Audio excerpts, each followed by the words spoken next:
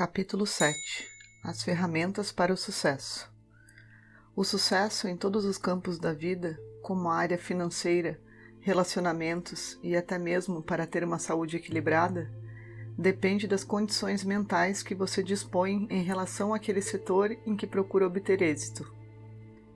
Vale ressaltar, logo de início, que bolso cheio ou não, conta bancária milionária ou no vermelho, rico ou pobre, feliz ou depressivo, amado ou odiado, todos são sentimentos que estão ligados às condições mentais.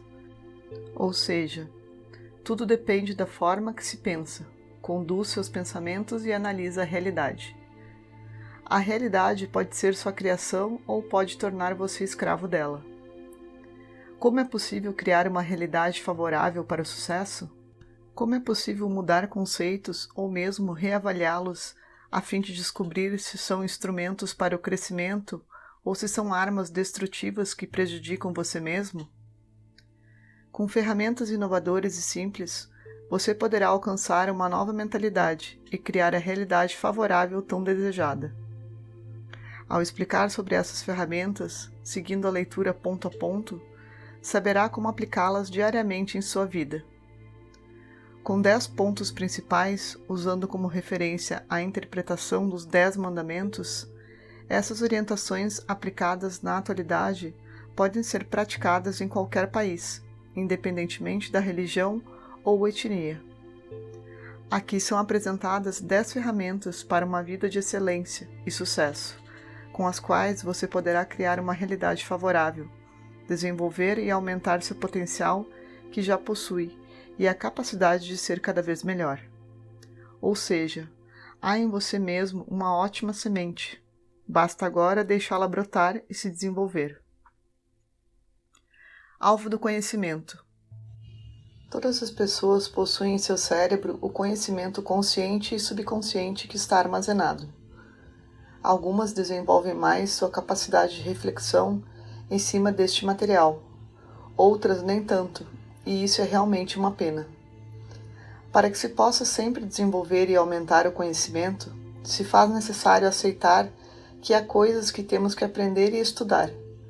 Porém, só podemos buscar informações novas se tivermos parâmetros de diferenciação de acordo com o seguinte: aquilo que sabemos, aquilo que não sabemos e temos consciência disso, aquilo que não sabemos e não temos consciência que ignoramos. Isso quer dizer que, para aprender mais, precisamos deixar de ignorar este último requisito da área de conhecimento. Para tornar esta explicação mais simplificada, existe uma ilustração no livro em formato de alvo. Este alvo se divide em 3 partes, a saber, círculo menor, o círculo central. A primeira parte é a menor e representa todo o conhecimento adquirido e consciente. Tudo que estudamos ou aprendemos ao longo da nossa vida. É possível notar que, comparado às outras áreas, o grau de conhecimento acumulado é muito baixo. Círculo intermediário. A segunda parte representa tudo que temos consciência que não sabemos, as coisas que são possíveis ter ciência da existência no mundo, mas não as estudamos e, portanto, não temos conhecimento sobre estas. Círculo preto. O maior. A terceira parte é a maior e representa o desconhecido, as coisas que nem sabemos que ignoramos e nem conhecemos. Essa área bem maior nos permite ter a real noção de quão grande é a quantidade de conhecimento que nos falta desenvolver e que não temos a mínima noção de que existe. Em outras palavras, nosso conhecimento adquirido e consolidado representa um percentual muito baixo da realidade. Nosso trabalho, missão e foco precisam estar voltados para a ampliação da parte vermelha do alvo, ou seja, descobrir áreas novas de conhecimento ignorado de forma consciente, e depois estudar e aprender para torná-la em conhecimento adquirido. Apenas dessa maneira conseguiremos avançar e elevar nossa mentalidade e grau de conhecimento. Porém, a dura realidade é que quanto mais desenvolvemos o conhecimento adquirido, maiores serão as outras áreas também. Por isso, o aprendizado deve ser contínuo, pois suas fontes de conhecimento são infinitas possibilidades. Contudo, não devemos ter medo ou receio de explorar o desconhecido, principalmente aquilo que está armazenado na área do subconsciente da mente. Nessa próxima parte do livro existe uma ilustração de uma casa. O teto da casa representa o objetivo, e as 4 paredes são representadas por foco, estratégia, hábitos e motivos, enquanto o chão da casa são as crenças subconscientes. Chama-se a Casa da Realização. A maioria do mundo empresarial, que visa motivar seus funcionários em palestras ou palestrantes motivacionais, se utiliza do ícone da pirâmide para explicar funções de objetivos e metas a alcançar. Porém, por meio de estudos, criamos outro ícone representativo, que certamente irá revolucionar tudo o que foi apresentado até hoje sobre como funciona a mentalidade, a realidade e até mesmo a sistematização da vida.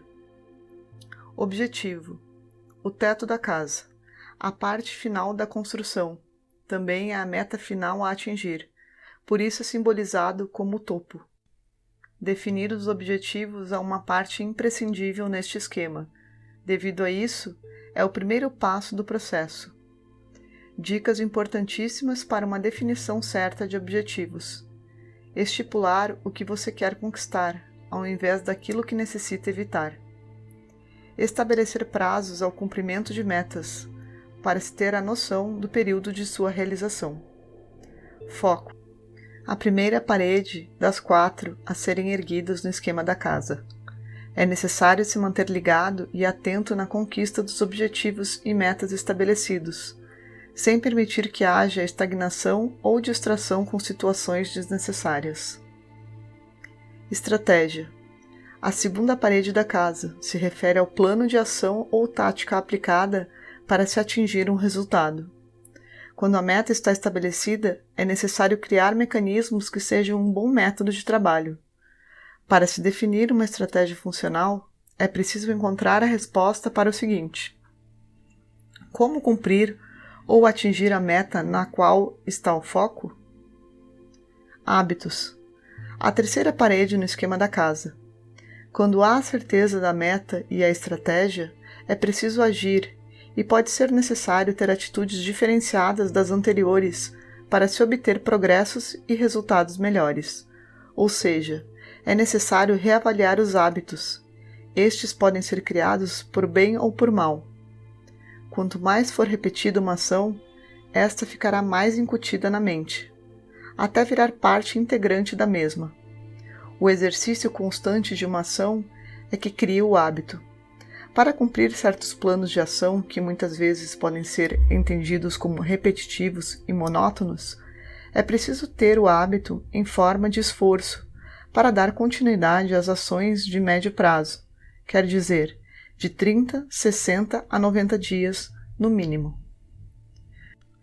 Motivos: a quarta parede do esquema corresponde à explicação do porquê de uma meta ou objetivo. É fácil chegar ao consenso de que sem o combustível motivador será muito difícil, até impossível, cumprir ou atingir a meta, mesmo com foco e com a melhor estratégia ou plano de ação. É imprescindível que exista algo que esteja claro e fortemente marcado na mente, como necessário ou desejado, aquilo que empurra e inquieta para a ação. Sem entender os motivos que respondem o porquê se quer chegar a determinado objetivo, várias situações podem surgir para distrair do foco, atrapalhar o plano de ação e prejudicar os hábitos. A sexta parte da casa, que em seu esquema de formação já dispõe do teto e 4 paredes, é composta pela fundação ou alicerce, que é a parte estrutural e fundamental deste processo. Em toda construção, grande ou pequena, é extremamente necessário que haja uma base sólida de apoio, muito bem arraigada em uma analogia. A fundação é na mentalidade equivalente às crenças subconscientes, que são as crenças que definem a realidade e que controlam mais de 95% da percepção da vida. O subconsciente é a parte desconhecida ou ignorada voluntariamente, porém que define e orienta sem que se tenha nenhuma noção a este respeito. São aspectos mentais que, na maioria das vezes, servem como guias e dificilmente são questionados. O que é crença subconsciente? Imagine uma pessoa que cresce em uma família de classe média baixa, na qual se tem uma noção real e muito fácil do cotidiano, em que os pais são assalariados ou apenas um trabalha fora. Pessoas que lutam para pagar as contas, moram em casa alugada, vivendo cada ano em busca do alívio chamado férias ou rumo à tão sonhada aposentadoria. Esta é a típica estrutura de vida que gera reclamações e leva a frustrações. Muitas vezes, as frases que compõem este discurso se referem a um patrão mau, muito rico e opressor, da injustiça imposta. Pessoas de classe média baixa sempre têm a noção de que precisam se apoiar na ajuda do governo ou qualquer outro tipo de assistência social, o que na maioria das vezes se torna realmente necessário devido às condições financeiras precárias. Agora imagine uma criança que é criada com a perspectiva de vida que existe nesse ambiente. Durante seu crescimento, ela irá escutar várias vezes como o dinheiro é difícil, que está relacionado também com a ideia de que todo trabalho é árduo e que todos os ricos são injustos. Quando este indivíduo se tornar adulto e tomar algumas decisões na vida, irá almejar ser bem-sucedido, com a firme convicção de que não vai sofrer o que os pais sofreram, buscando ter uma vida totalmente diferenciada. Porém, há em seu subconsciente crenças arraigadas de que ricos são injustos, mesmo que no âmbito consciente este indivíduo queira ter muito dinheiro. Cada vez que ele acumula uma soma significativa de valores ou fecha um negócio que pode trazer ascensão financeira, aos poucos surgem fracassos no processo, seguidos de grandes perdas monetárias, que é um modo inconsciente de jamais acumular dinheiro. Isso ocorre pois sua mente inconsciente rejeita a ideia de riqueza e entende que está fortemente ligada à maldade e injustiça dos ricos, porque é sentida de forma muito negativa. Essa crença subconsciente é que controla e cria a realidade da maioria das pessoas. Antes de seguir em frente, é preciso aprender como mudar essas crenças subconscientes e como tomar o controle da realidade, quer dizer, como sair da posição de escravo para a posição de criador, da realidade existente. O subconsciente precisa ser controlado para transformar a vida de maneira que torne possível atingir metas e objetivos. Para começar, é preciso saber quais são as crenças subconscientes dominantes na vida. E depois disso, é hora de fazer a inserção de novas crenças subconscientes, que combinem com as vontades e objetivos. Por meio de frases-chave que serão discorridas neste livro em um processo de repetição de 30 a 90 dias. Na verdade, este é o período em que se formaram as crenças subconscientes anteriores. Após serem criadas as novas crenças subconscientes, surgirá a partir daí a nova realidade e, consequentemente, uma nova vida. As novas crenças subconscientes serão criadas a partir de algo já usado e bem conhecido para todos, os 10 Mandamentos. Não se trata de algo bíblico ou estritamente religioso, mas sim de uma forma sistemática que irá penetrar no subconsciente e criar novas crenças subconscientes positivas, fortalecendo um controle maior, o controle da vida de forma completa. A verdade e a realidade. Muitas vezes eu escuto: a sua verdade é tal, mas a minha é diferente. Então é isso? Cada um com a sua verdade? Não existe algo mais contraditório. A verdade é absoluta, e 1 mais 1 sempre valerá 2, não importa seu sexo, idade, raça ou nacionalidade. Porém, sua realidade é subjetiva, de caráter particular, individual, isso conforme as suas crenças subconscientes. Assim sendo, você é livre em criar uma realidade favorável para o seu crescimento. O governo e a política são comuns. A bandeira é a mesma, o dia e a data são iguais para todos. Isso é verdade e ela é absoluta. Aproveite o fato de que a realidade é flexível e sempre está em movimento, só depende de você. O mundo é a verdade, e como você o vê, é a sua realidade. Os 10 mandamentos para uma vida de sucesso. 1. Eu sou. Saiba que tudo que acontece com você em sua vida começa e termina com você. Você pode. Você é digno. Você é capaz. A hora de começar a acreditar em si mesmo chegou. O momento de começar é agora. Versículo 26. E Deus disse: façamos homem à nossa imagem, conforme a nossa semelhança, e que domine sobre o peixe do mar, sobre a ave dos céus, sobre o animal em toda a terra e sobre todo o réptil que se arrasta na terra. 27. E Deus criou o homem à sua imagem, a imagem de Deus o criou. Macho e fêmea criou-os. 28. E Deus os abençoou e lhes disse: frutificai, multiplicai, enchei a terra e subjugai-a, e dominai sobre o peixe do mar, sobre a ave dos céus, e sobre todo animal que se arrasta na terra. 29. E Deus disse: eis que vos tenho dado toda a erva que dá semente, que está sobre a face de toda a terra, e toda a árvore e que há fruto de árvore, que dê semente, a vós será para comer. 30. E para todo animal da terra, para toda a ave dos céus e para tudo que se arrasta sobre a terra, em que haja alma viva, toda verdura de erva será para comer. E assim foi. Gênesis 1, versículo 26 a 30. Bíblia Hebraica. Editor Sefer. Quando Deus criou o mundo, se consultou com a alma de Adão, de acordo com os sábios judeus, e falou: vamos criar um corpo para você? Vamos colocar nele todas as forças da criação, todas as forças da natureza em que poderá ter domínio acima destas, de ser um criador parceiro na sua criação? Por este texto é possível entender a visão judaica de como e qual foi a ideia da criação do homem, não para ser salvo ou escravo, mas sim para que viesse a fim de cumprir sua missão de se transformar em criador de sua vida e de seu mundo. Ou seja, o Criador deu para você o poder da escolha para ser um influenciador ou influenciado. Quem decide é você. Quem tem o poder de tomar o controle ou abrir mão deste propósito é só você.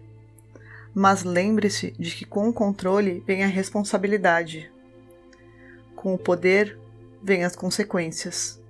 E o homem que foi criado à semelhança de Deus, o Criador, é alguém que sabe e concebe o poder que envolve tudo que seja para o bem ou para o mal.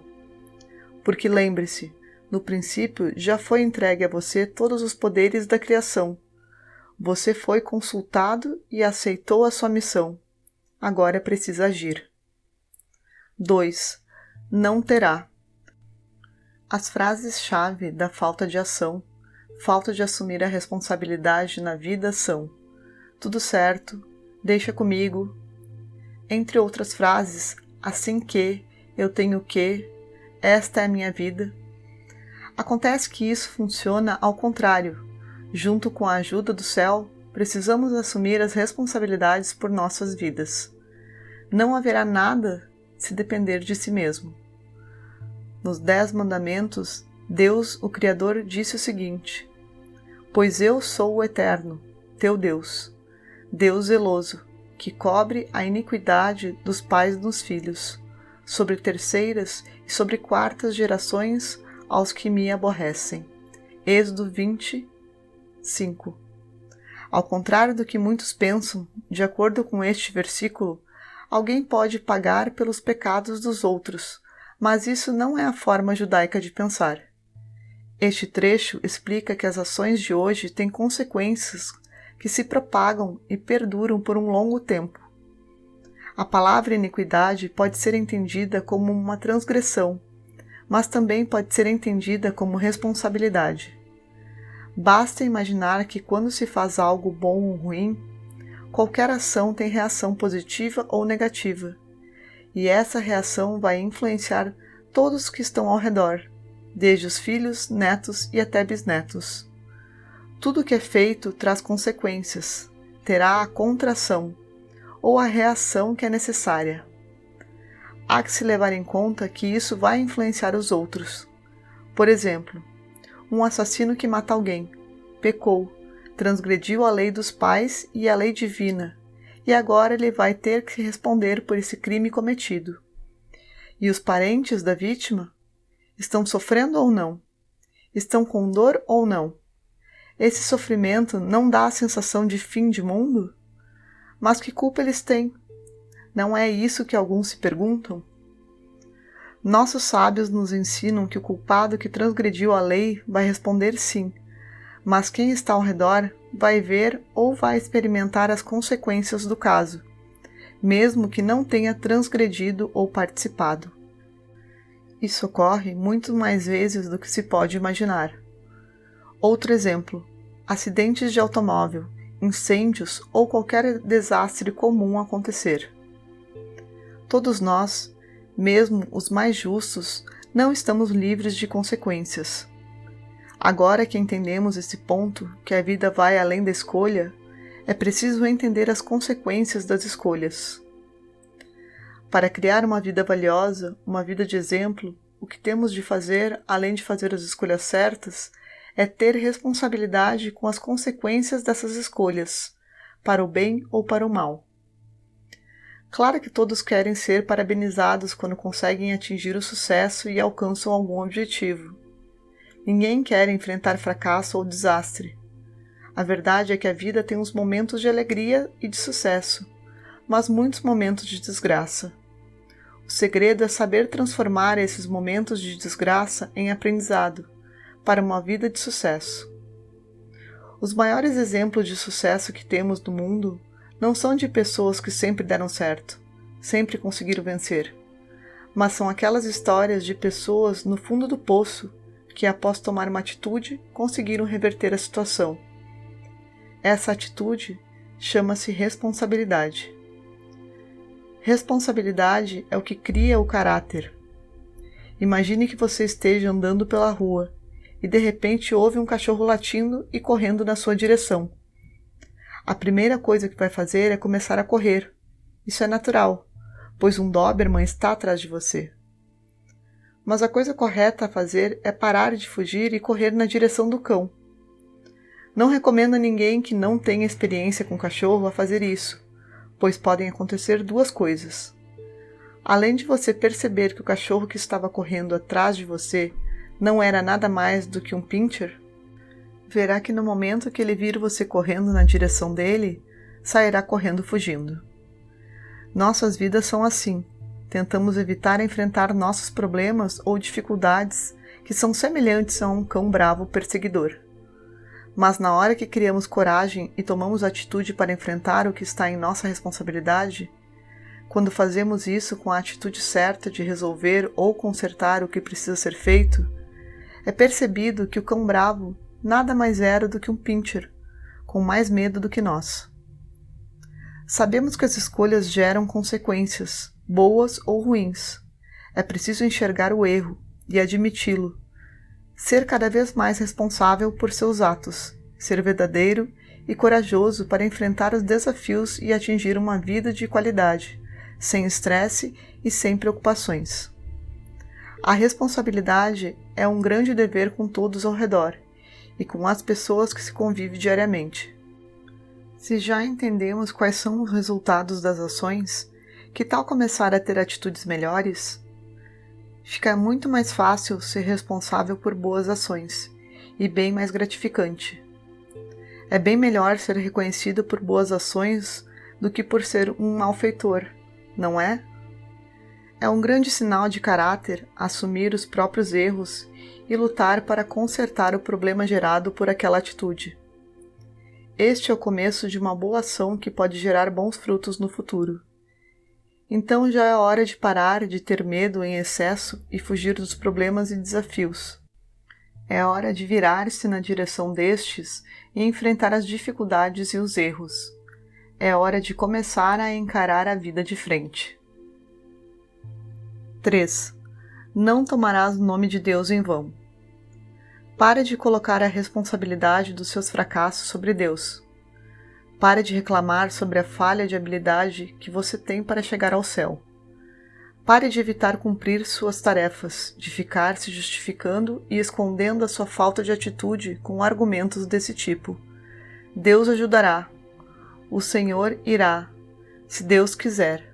Ele quer e está esperando sua ação. Agora, depois que já está entendido que as rédeas do poder, do controle e da escolha estão em suas mãos, você precisa decidir se irá utilizá-los para o bem ou para o mal. Muitas pessoas têm medo de tentar, não devido às dificuldades, mas por medo dos possíveis erros que podem ocorrer. Lembre-se de que os únicos que não erram são os que nunca tentaram, mas que também nunca vão para lugar nenhum. A vida é curta, não se deve perder tempo com medos e ilusões, é preciso começar a agir. Estamos no mundo físico, onde tudo se move por ação, quer dizer, por ações físicas feitas pela força da natureza. Você tem a escolha de influenciar o mundo ou ser influenciado pelos outros. O que você decide? O poder está em suas mãos. Comece com atos pequenos, atos diários, sempre constroem uma grande revolução. Assim é com a transformação mental desenvolvida em médio prazo, de 30 a 90 dias. Muitas pessoas pensam que é necessária uma mudança grande e radical para viver uma transformação relevante e significativa. Mas isso não é verdade. Em um jogo de tudo ou nada, o resultado pode ser nada. Nem sempre radicalismos geram resultados esperados. Muitas pessoas que agem dessa forma, seja em dietas, brigas ou relacionamentos, podem até ficar bravas e protestar, mas é preciso admitir que ser reacionário nada mais é do que fogo de palha, ou seja, se queima rápido e não sobra nada depois.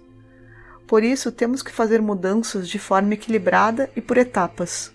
Se tivermos ações positivas ampliadas a cada dia, com 1% de melhoria, será possível contabilizar o que acontecerá depois de 100 dias?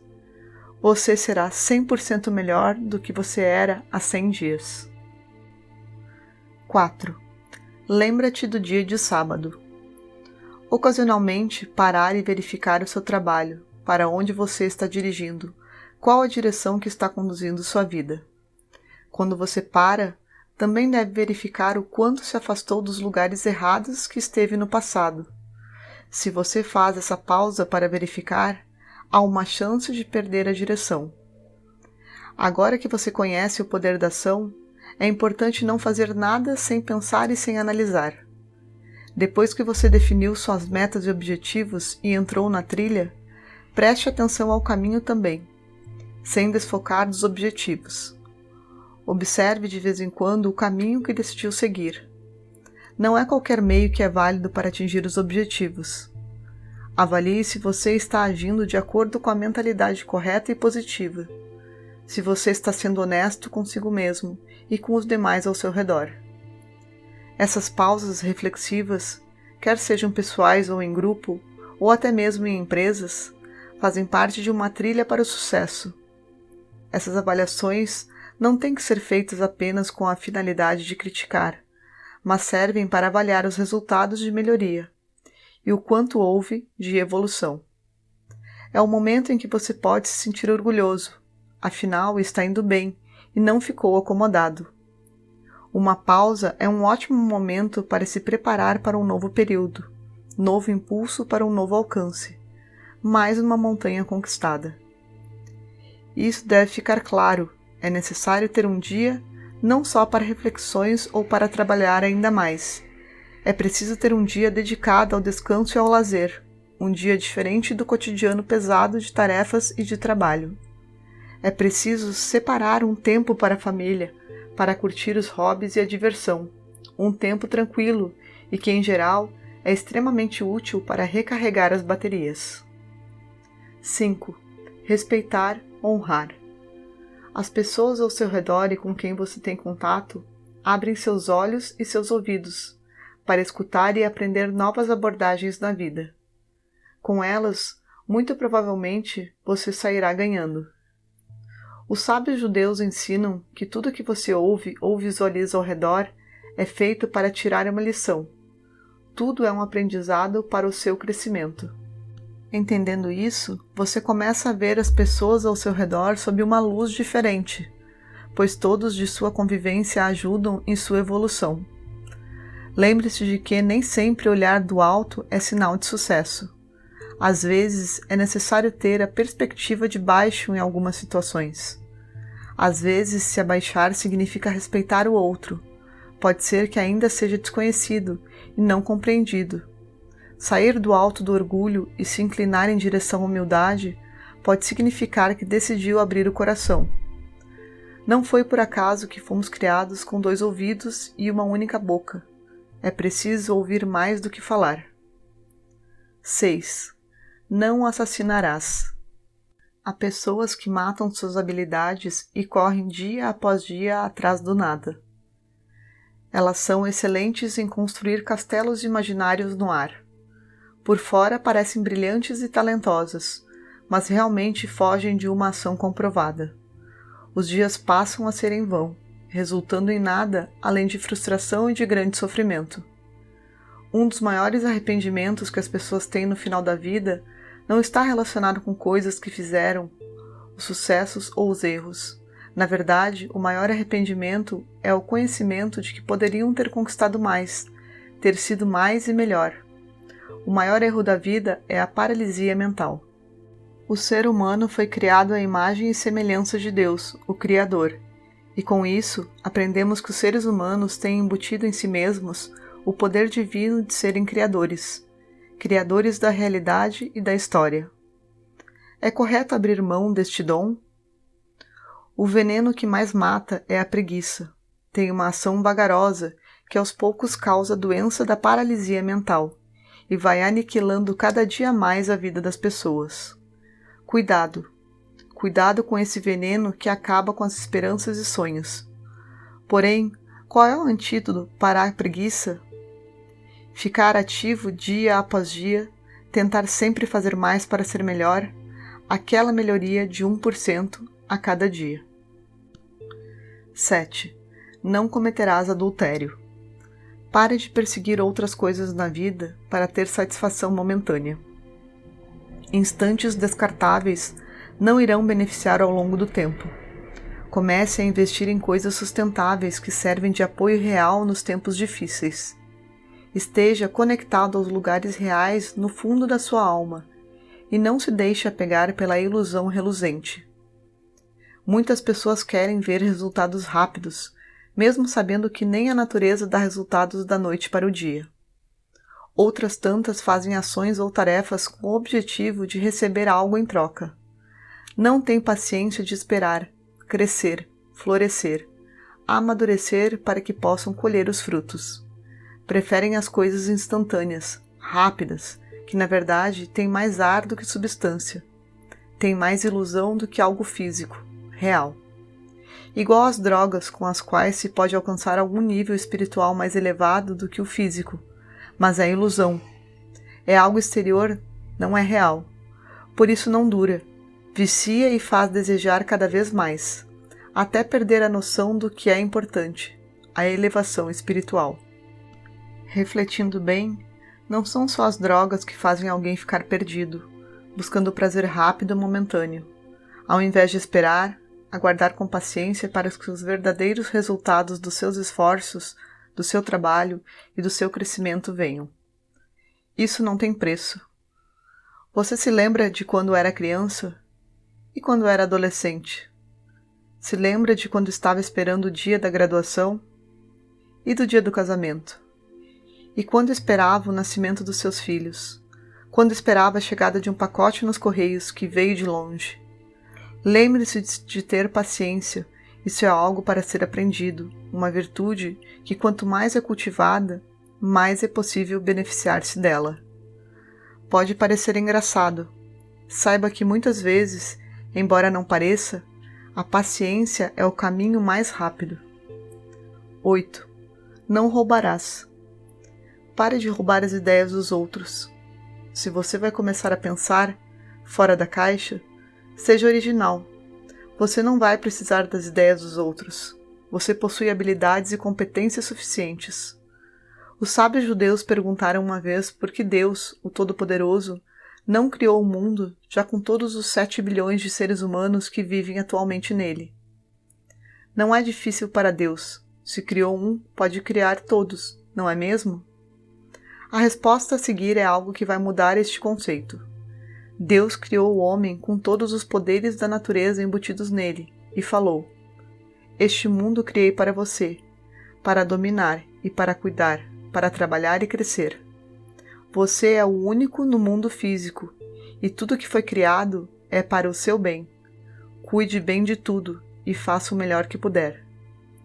Isso significa que cada ser humano é uma criação única. Não há ninguém igual ao outro, que simplesmente tem ações iguais. Não há uma missão igual a outra. O rabino Nachman de Breslev diz que quando o homem nasce para o mundo, é o momento que Deus decidiu que a criação precisa dele, e não será mais igual na sua ausência. É você. Sim, está falando de você, de cada um de nós. Você tem tudo o que é necessário para ser original e criador. Não precisa imitar ou roubar ideias dos outros. Pode até se juntar com outras pessoas, unir forças para que ambos cresçam.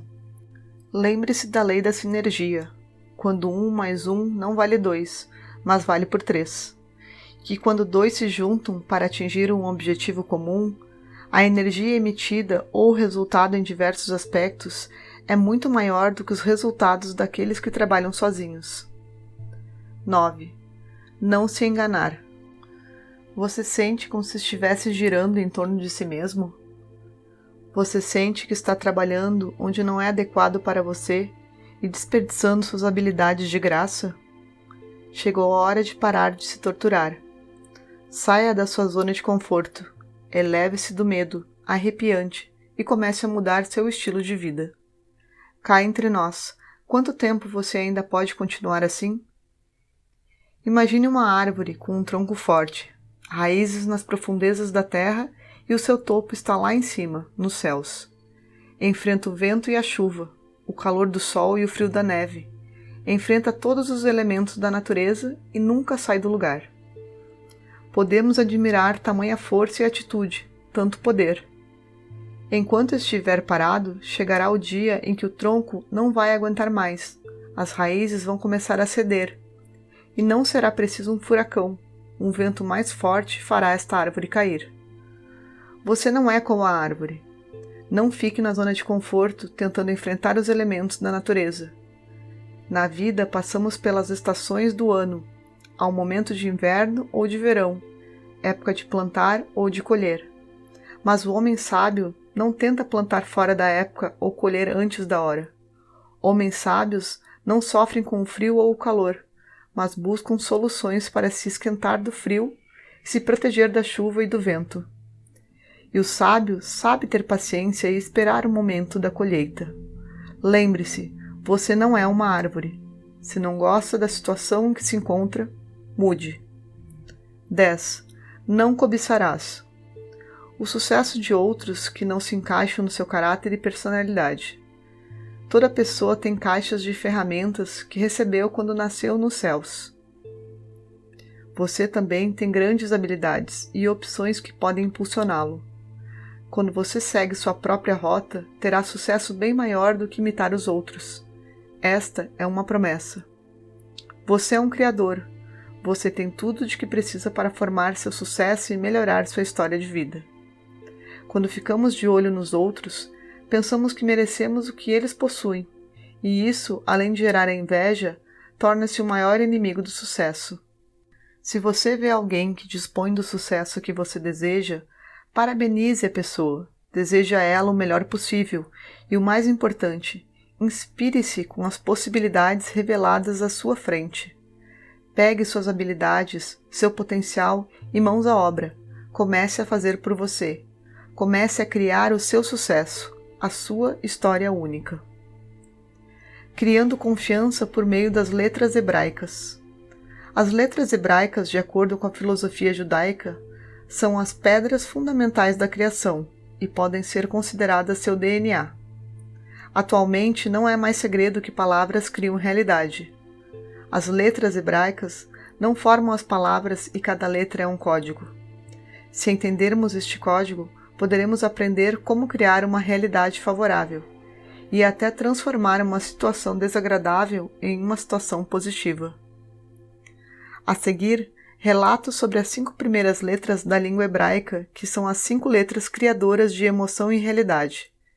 Por meio delas, você vai ter mais sentido na vida, vai aprender a controlar as emoções e transformar a forma que enxergava a vida até hoje. É possível escrever um livro inteiro sobre cada uma das letras do alfabeto hebraico, mas nos focaremos no assunto de como podemos transformar a mentalidade e a realidade por intermédio do poder das primeiras letras. Aleph é a primeira letra do alfabeto hebraico. O valor numérico dela é 1. A palavra que é criada com a letra Aleph que tratamos é amor, ahava. Todos querem ter amor na vida, receber e compartilhar. O ser humano é uma criatura social, portanto precisa sentir amor em sua vida. Como podemos criar mais amor? Para encontrarmos a resposta, temos que entender o que emite o amor. Como é criado na vida das pessoas. Imagine que você tenha filhos ou animais de estimação que ama incondicionalmente, sem querer nada em troca. O que gerou esse amor? O que faz pais ou donos sentir um amor ilimitado? Possuir um amor que só cresce mais a cada dia? A resposta é o contrário do que se está acostumado a ouvir no mundo de hoje. Todos nós já conhecemos essa frase, amar é cuidar, ou seja, você cuida de quem você ama.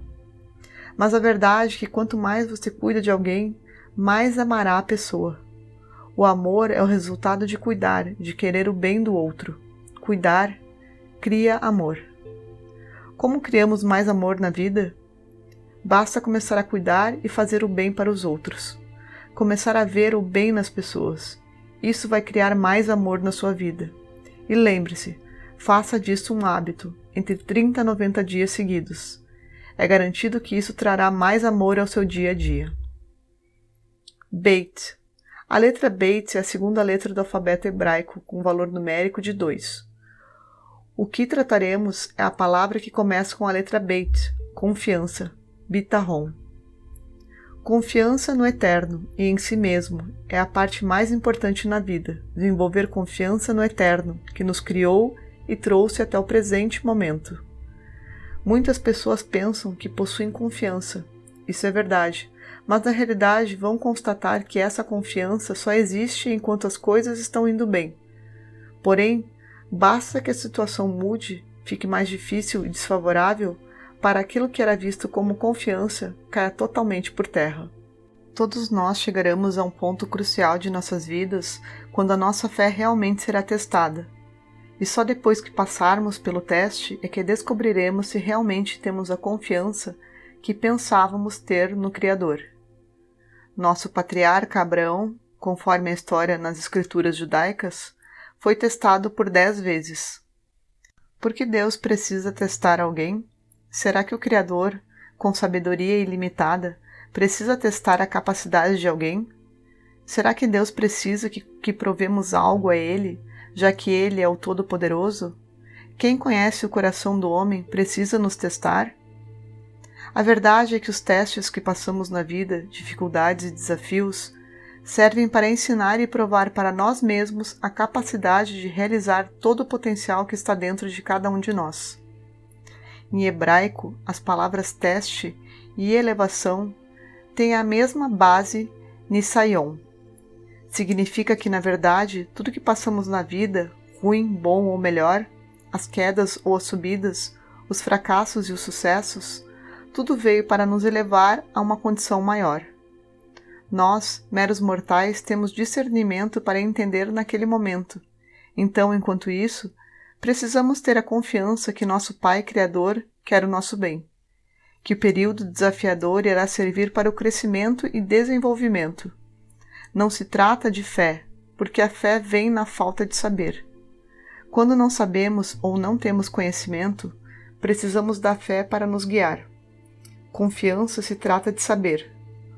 Como já estudamos especialmente no livro Mentalidade Judaica Positiva, qualquer pai sempre quer o bem do filho, e mesmo que pareça que um pai seja rígido ou duro, tenha certeza de que ele quer o bem do filho. Quanto mais rigoroso for o pai, mais potencial ele vê no filho. Assim, é em muitos momentos da vida. Se você serve ao exército, é um atleta ou trabalha para uma empresa, sempre que os que estão mais sob pressão normalmente são aqueles que não só têm mais responsabilidade, mas também são aqueles em que o potencial é maior. O Criador o conhece melhor do que você conhece a si mesmo. Sabe quem é você e como o criou. E mais ainda, sabe em quem você pode se transformar.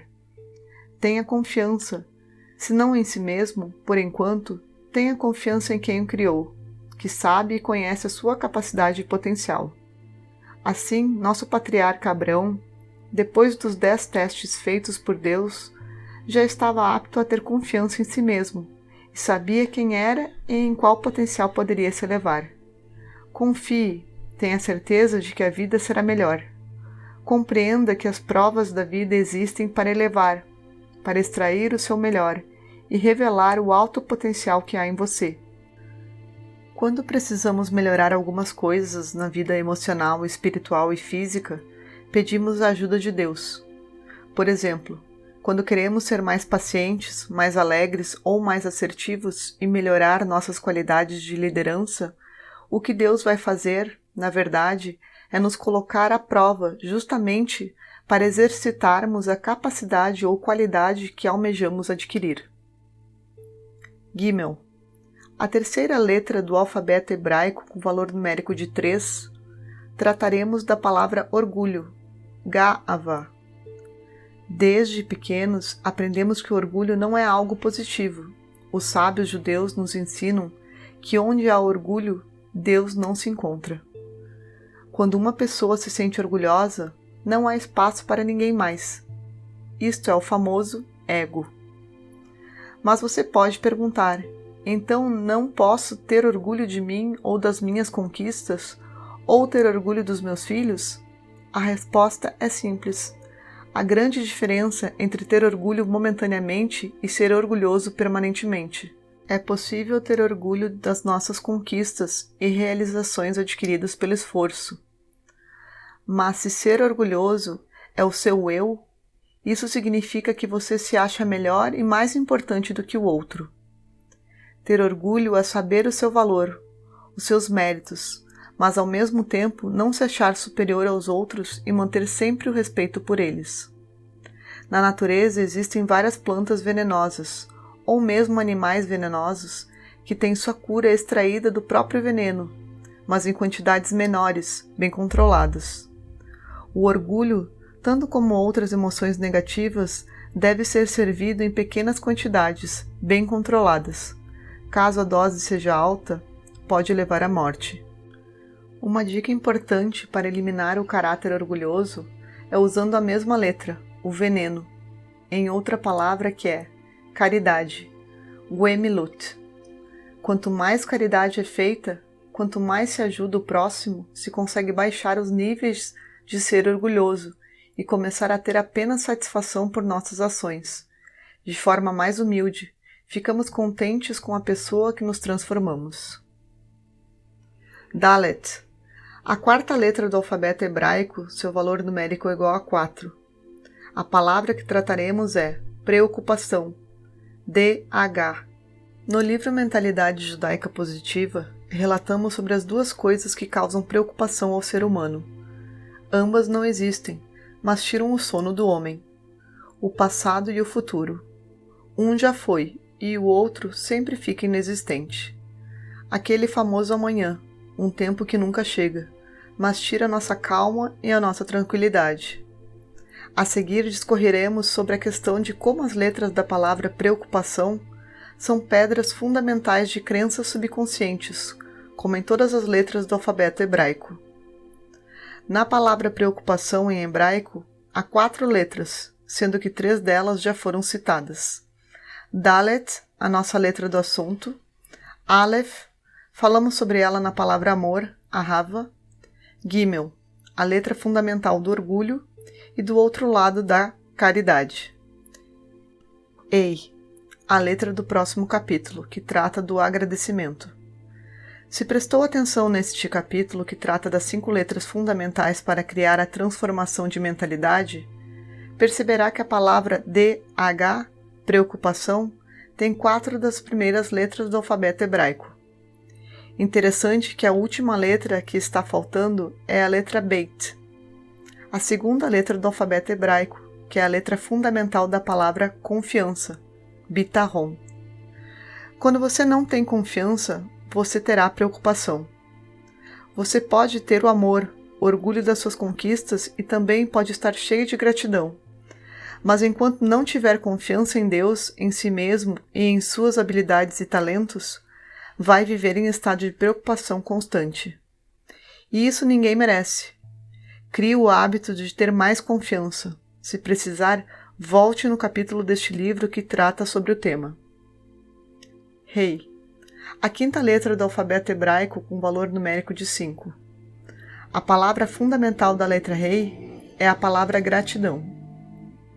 A primeira palavra que ensinamos aos filhos é papai ou mamãe. Logo em seguida, ensinamos nossos filhos a falar obrigado. Desde pequenos somos educados para sermos gratos por tudo que recebemos. A pergunta é: será que realmente eu agradeço por tudo o que tenho na vida ou só fico reclamando do que não tenho? Voltando à fase de criança, em tudo que recebemos, seja dos pais, professores ou pessoas mais velhas em geral, sempre foi exigido que falássemos obrigado, ou seja, agradecer pelo que foi oferecido.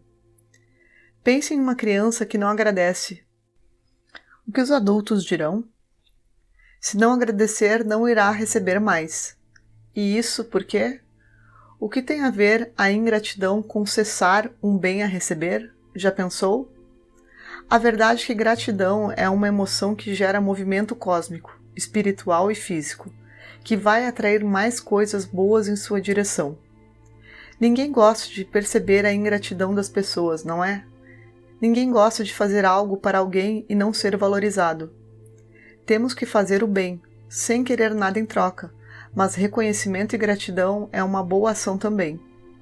É sinal de que valorizamos o trabalho e o esforço que outras pessoas fazem. A emoção contida no sentimento de gratidão irá transformar a mentalidade e, com isso, criará uma nova realidade mais favorável e positiva. A gratidão nunca deve ter limites. Sem isso, não se alcança quase nada. Comece a agradecer, a sentir a emoção de gratidão por tudo o que você tem na vida.